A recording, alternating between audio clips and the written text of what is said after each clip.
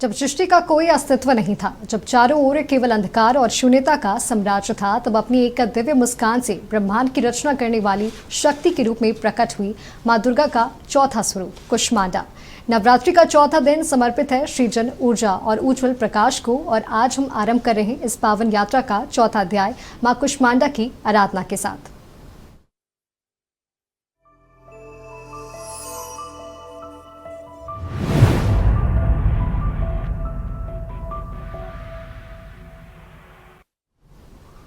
मां कुष्मांडा को ब्रह्मांड की आदि शक्ति और सर्जक माना जाता है। कहा जाता है कि उनके दिव्य तेज से ही सूर्य और समस्त ग्रहों को प्रकाश प्राप्त होता है। अष्टभुजा स्वरूप में सिंह पर सवार मां कुष्मांडा अपने हाथों में कमंडल, धनुष, बाण, कमल, अमृत कलश, चक्र, गदा और जपमाला धारण करती है। मान्यता है कि उनकी एक मधुर मुस्कान से ही इस संपूर्ण ब्रह्मांड की उत्पत्ति हुई, इसलिए उन्हें आदि शक्ति और सृष्टि की जननी भी कहा जाता है। मां कुष्मांडा की आराधना से जीवन में ऊर्जा, स्वास्थ्य, आयु और सफलता का संचार भी होता है। इन्हीं सभी पहलुओं को विस्तार से समझने के लिए आज हमारे साथ मौजूद हैं आचार्य नलिनी नरोत्तम मिश्रा जी। आचार्य जी, आपका बहुत बहुत स्वागत है हमारे इस खास कार्यक्रम में। और आज हम बात करेंगे मां कुष्मांडा के बारे में। पंडित जी, सबसे पहले अगर हम नवरात्र के चौथे दिन की बात करें तो मां कुष्मांडा की पूजा किस विधि से करनी चाहिए? माधवी जी, सबसे पहले तो हम पंचोपचार पूजन करेंगे जी। उसमें फिर अक्षत, रोली, चंदन, कुमकुम, इसके अलावा सिंदूर, ये सब चढ़ाएंगे माँ को। इसको अर्पित करने के बाद फिर जो प्रसाद भोग है वो चढ़ाएंगे, फूल चढ़ाएंगे। उसके बाद नवग्रह का पहले गणेश भगवान की स्तुति करेंगे, फिर नवग्रह मंत्र वगैरह या नवग्रह की स्तुति करेंगे। फिर ग्राम देवता, इष्ट देवता, क्षेत्र देवता जो भी हैं उनको प्रणाम करेंगे। और उसके बाद फिर माँ का मंत्र करेंगे। माँ का मंत्र 108 बार कर लेंगे। जो रोज़ के लिए नवारण मंत्र फिर करेंगे, सिद्ध कुंजिका कर सकते हैं, बहुत सुंदर है। तो इस प्रकार हम पूजन करेंगे। चौथे दिन मां कुष्मांडा की पूजा होती है और इस दिन व्रत रखने का क्या विशेष नियम बताए गए हैं? व्रत में बाकी दिनों से अलग तो नहीं है जी, लेकिन बस वही है कि हम व्रत रखते हैं तो साथ में माँ का स्मरण करेंगे और ये मंत्र वगैरह करेंगे साथ में, और फलाहार पे रहेंगे। जो लोग फलाहार पे रहते हैं, स्वाभाविक तौर पे है कि हम अगर उनकी साधना में हैं या हमने जब उपवास रखा हुआ है तब तो वो उसका कड़ाई से पालन किया जाना चाहिए। जब पूजा की बात आती है तो उसमें विशेष वस्तुओं का भी महत्व काफी ज्यादा बताया गया है, और इस दिन कौन सा रंग धारण करना सबसे शुभ माना जाता है? माँ कुष्मांडा को हरा रंग प्रिय है जी, इसीलिए हम हरे रंग के वस्त्र पहन के हरे आसन पे भी पूजा करेंगे तो माँ को प्रिय है हरा रंग। मां कुष्मांडा की जब हम पूजा करते हैं, ऐसे कौन से भोग, फल या फूल या सामग्री विशेष रूप से उन्हें अर्पित करनी चाहिए जिससे साधक को या व्यक्ति को फल मिल सके? माँ को भोग के रूप में मालपुआ चढ़ता है कुष्मांडा माँ को। पुआ के अलावा जो पेठा होता है, जिसको कई जगह कुम्हड़ा कहते हैं, वो हमारे यहाँ उसको भतुआ कहते हैं, जो सफ़ेद कुम्हड़ा होता है, तो उसका भी उनको भोग लगाते हैं। और ऐसा माना जाता है कि कुम्हड़ा जो है वो हम देवी को जब समर्पित करते हैं तो दीर्घायु की प्राप्ति होती है और स्वास्थ्य में भी सुधार होता है। फूल में गेंदे का फूल, पीला चूँकि उनको प्रिय है, गेंदे का फूल, सूरजमुखी का फूल उनको चढ़ा सकते हैं, वो माँ को प्रिय है। कमल भी चढ़ा सकते हैं। अगर कोई व्यक्ति मंदिर नहीं जा पाता तो क्या वो घर में ही बहुत ही सरल तरीके से माँ की पूजा आखिर किस तरीके से कर सकता है? अगर वही विधि वही है, दिया जलाएंगे, पंचोपचार पूजन करेंगे, माँ का मंत्र है। माँ का मंत्र अलग केवल कुष्मांडा माँ का करना है तो मंत्र है ओम कुष्मांडा देव्याय नमः, वो भी कर सकते हैं, या फिर ओम देवी कुष्मांडाय नमः, ये भी कर सकते हैं। इसके अलावा मंत्र है या देवी सर्वभूतेषु कुष्मांडा रूपेण संस्थिता नमस्तस्यै नमस्तस्यै नमस्तस्यै नमो नमः, ये भी कर सकते हैं। न्यूनतम आखिर किन सामग्रियों से पूजा संभव मानी जाती है? न्यूनतम ऐसा है कि असली चीज़ तो फिर भाव है, जिसके पास अभाव है या नहीं उपलब्ध हो पाया है, लेकिन कम से कम एक दिया घी का, एक दिया हो या धूप बत्ती हो, फूल हो और अक्षत हो, इतना तो कोई भी कर ही सकता है। अगर हम माँ के दिव्य स्वरूप की बात करें तो माँ कुष्मांडा का स्वरूप आखिर कैसा है? माँ जो है अष्टभुजी हैं, 8 भुजाओं वाली हैं और सूर्य के समान तेज वाली हैं, पूरे ब्रह्मांड को प्रकाशित करने वाली हैं। माँ की 8 भुजाएं हैं और उनके हर भुजा में अलग अलग चीज़ें उन्होंने धारण किए हुए हैं। जैसे उनके एक हाथ में कमंडल है, उसके बाद धनुष है, धनुष बाण है, कमल है, एक हाथ में जप की माला है, इसके अलावा गदा है, चक्र है, अमृत कलश है और एक हाथ अभय मुद्रा में है, जिससे वो भक्तों को आशीर्वाद देती हैं। अगर हम उनके स्वरूप को देखें आचार्य जी, 8 भुजा हैं और जिसमें अष्ट शस्त्र भी साफ तौर पर दिखने को मिलते हैं, इसका प्रतीकात्मक अर्थ क्या है? कमंडल जैसे है वो पवित्रता का और ज्ञान का प्रतीक है। उसी तरह धनुष बाण जो है वो वीरता का, शक्ति का, ऊर्जा का प्रतीक है। कमल का पुष्प जो है वो निर्लिप्तता का, पवित्रता का, ज्ञान का प्रतीक है। इसके अलावा जो जप की माला है वो बताता है कि माँ के पास सारी सिद्धियाँ हैं और उसमें शांति का, शक्ति का, सिद्धि का, कि माँ सिद्धि दे सकती हैं, उनसे हम सिद्धि प्राप्त कर सकते हैं, वो जप की माला वो बताती है। इसके अलावा गदा जो है वो आत्मबल और शक्ति का, इसके अलावा अहंकार के नाश का भी प्रतीक है। अमृत कलश जो है वो दीर्घायु का प्रतीक है। दीर्घायु के अलावा अमरता का भी प्रतीक उसको हम मान सकते हैं। अब वाहन जो है माँ का, जी, सिंह माँ की, हाँ, सिंह का वाहन जो है वो शक्ति, साहस और वीरता, निर्भयता का प्रतीक है और संकटों को हरने वाली माँ है और ब्रह्मांड की रक्षक भी हैं, ये दिखाता है। आचार्य जी, माँ दुर्गा के चौथे स्वरूप के तरह हम माँ कुष्मांडा की पूजा करते हैं। माँ को कुष्मांडा नाम से क्यों जाना जाता है? इनका जो नाम है इसका विशेष अर्थ आखिर क्या है? वैसे तो संस्कृत में कुष्मांडा का अर्थ वो वही कुम्भड़ा होता है, जो कि सफ़ेद जो पेठा जिससे बनता है वो हम समझते हैं। और ऐसे कुष्मांडा, कु जोड़ उष्मा प्लस अंड, तो कु मतलब थोड़ा, उष्मा मतलब जो ताप हुआ, गर्मी हुई, और उससे ब्रह्मांडीय अंड का वो निर्माण हुआ। तो माँ के थोड़े से ताप से जी पूरे ब्रह्मांड का की जो रचना होती है, जी, इसीलिए उनका नाम कुष्मांडा पड़ा। कहा जाता है कि माँ ने अपनी मुस्कान से ब्रह्मांड की रचना की है। माँ कुष्मांडा को सृष्टि का आदि शक्ति क्यों कहा जाता है? जब इसकी जो कहानी है, कथा है कि ब्रह्मा जी ने जब ब्रह्मांड की रचना की, तो ब्रह्मांड की सृष्टि की रचना की जब ब्रह्मा ने, तो सृष्टि की रचना कर दी, जीव जंतु हो गए, लेकिन हर जगह अंधकार था, कुछ दिखाई नहीं दे रहा था। ऐसे में उन्होंने श्री हरि से निवेदन किया कि आप तो करोड़ों सूर्य के समान हैं, कोटि सूर्य समप्रभा हैं, तो आप ही कुछ करें कि ये कुछ दिखाई तो दे, नहीं तो सृष्टि कैसे चलेगा। चूँकि बिना प्रकाश के, चाहे वो ज्ञान का प्रकाश हो या सूर्य का प्रकाश हो, उसके बिना आनंद कहीं नहीं है। तो श्री हरि ने ये कहा, भगवान विष्णु ने कहा कि आप ये केवल योग माया का ध्यान करिए, जब माँ की शक्ति से ही इसका समाधान हो सकता है। तो ब्रह्मा जी ने माँ का ध्यान किया और जब माँ प्रकट हुई, तो प्रकट होते ही उन्होंने, जैसे ही उनकी मुस्कुराहट हल्की सी शुरू हुई, उनके मुस्कान से ही पूरे ब्रह्मांड में उजाला फैल गया, अंधकार का नाश हो गया।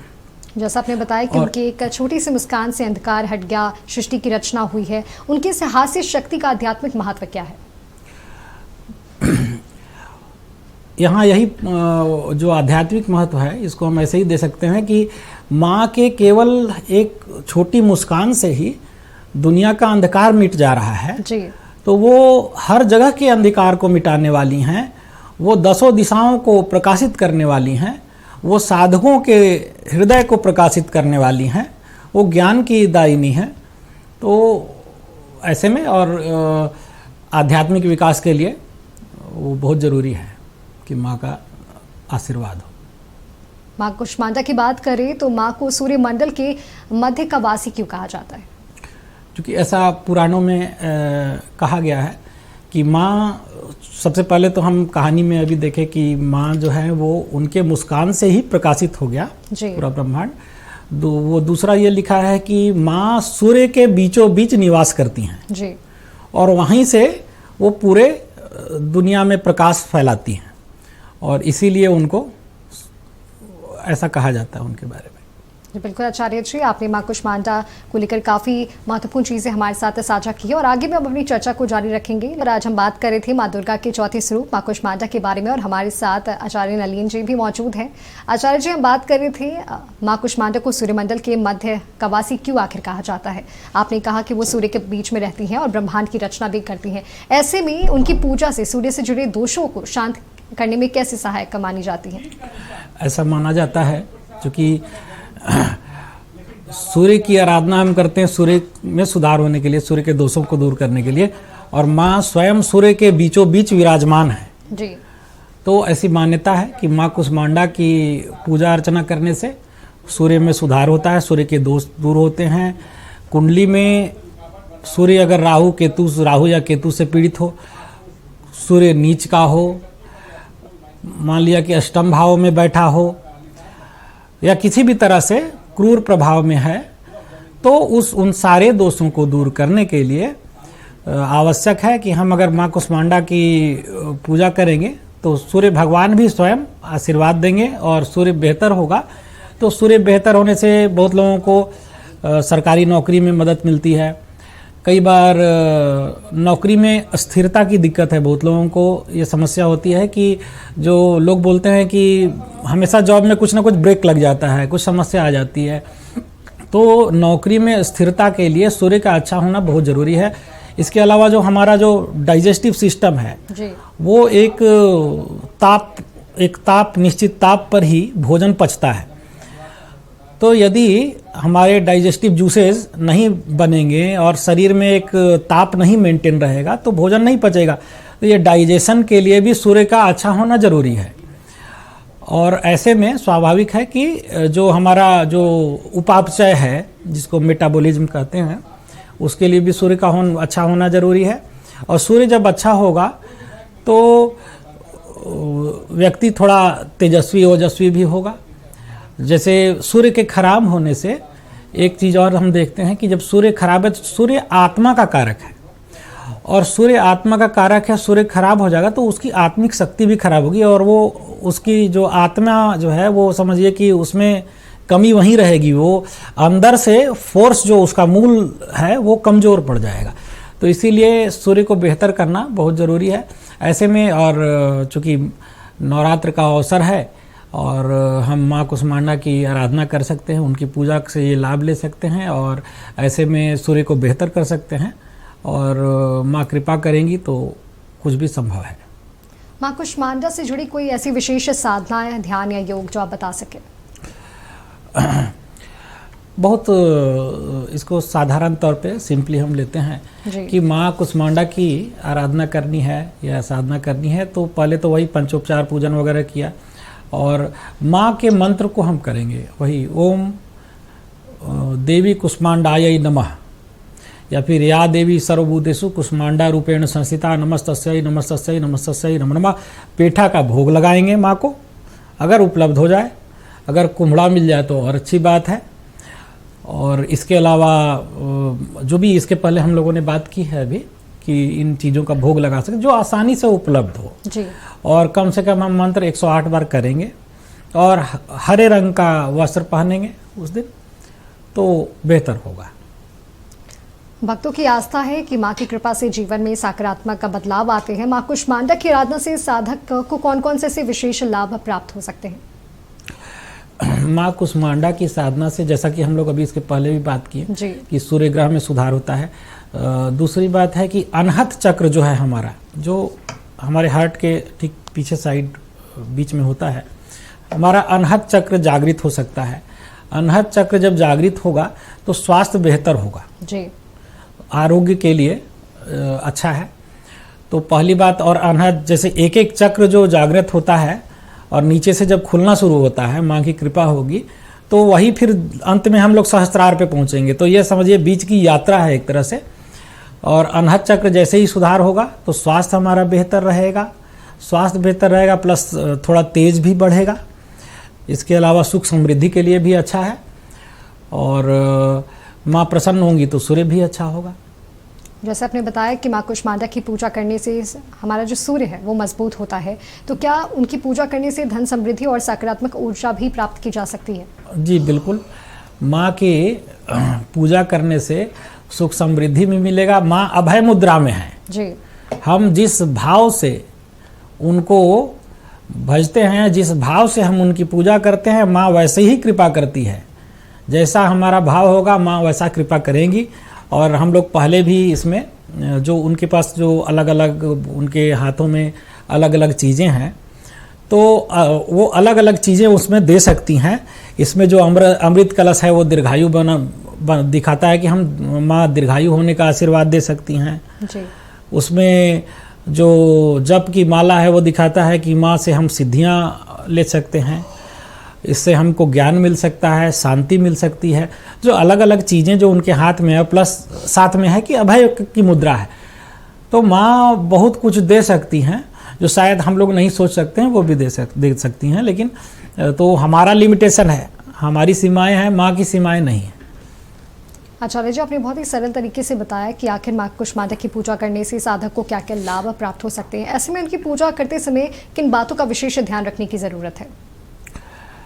माँ की पूजा करते समय नियम संयम रखें। जो लोग उपवास रखने वाले हैं वो तो उपवास रखेंगे। इसके अलावा जो लोग एक समय भोजन कर रहे हैं बिना लहसुन प्याज का, वो भी ठीक है, जो लोग नियम का पालन कर रहे हैं। साथ में हम उनको ये तो है कि माँ नाराज नहीं होती हैं क्योंकि वो माँ है जी। और क्योंकि माँ हमेशा ममतामयी होंगी, माँ को करुणा होगा बच्चे के प्रति। तो हम जब माँ के रूप में उनको मान रहे हैं तो हमें यह है कि क्षमा प्रार्थना हमेशा करना चाहिए जी। लेकिन ऐसे माँ नाराज नहीं होती हैं। वो हमारी कमियां हैं, हमारा भाव है जो हमें परिणाम दिलाता है। वो अच्छे परिणाम हो सकते हैं, वो बुरे परिणाम हो सकते हैं। जैसे हमने जाना कि हमें क्या क्या विशेष चीज़ें ध्यान रखने की ज़रूरत है, ऐसी कोई चीज़ें जो हमें नहीं करनी चाहिए पूजा के दौरान?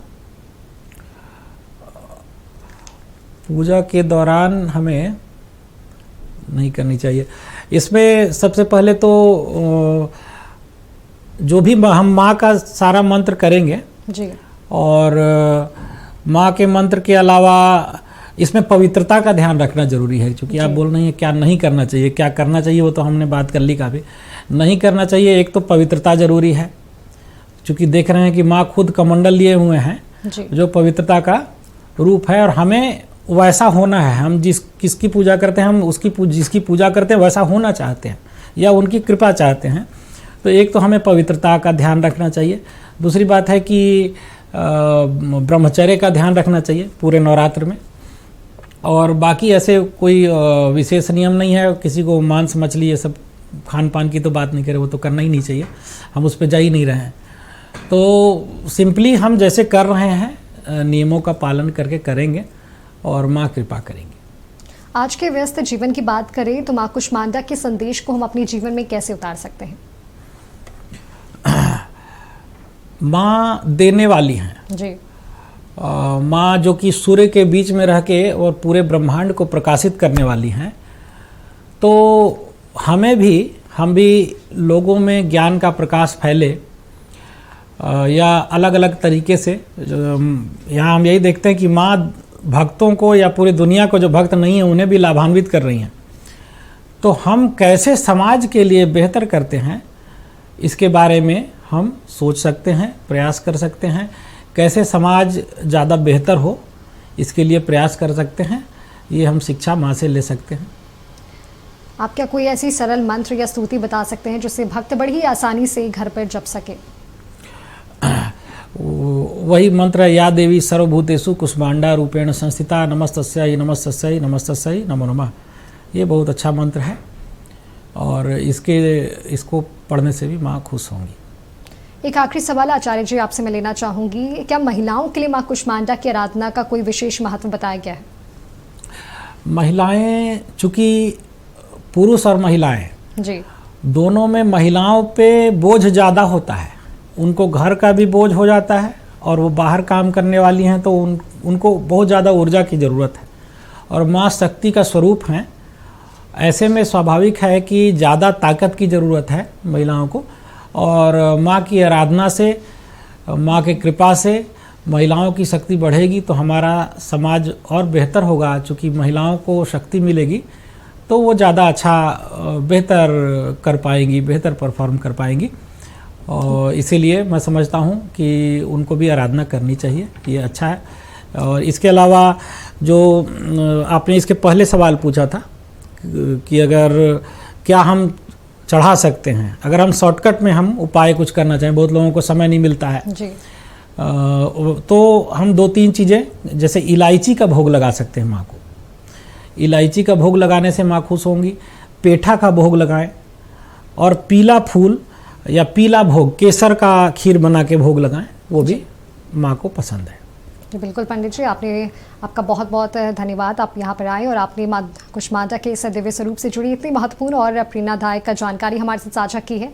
और ये नवरात्र का पावन पर्व हमें यह सिखाता है कि अंधकार कितना भी गहरा क्यों ना हो, एक छोटी सी सकारात्मक ऊर्जा, एक विश्वास और एक मुस्कान पूरे जीवन को रोशन कर सकती है। माँ कुष्मांडा की कृपा से आपके जीवन में ऊर्जा, स्वास्थ्य, तेज और समृद्धि का संचार हो। अब आगे के कार्यक्रम में हम बात करेंगे माँ दुर्गा के 5वें स्वरूप स्कंद माता के बारे में। तब तक के लिए देखते रहे नक्षत्र न्यूज़।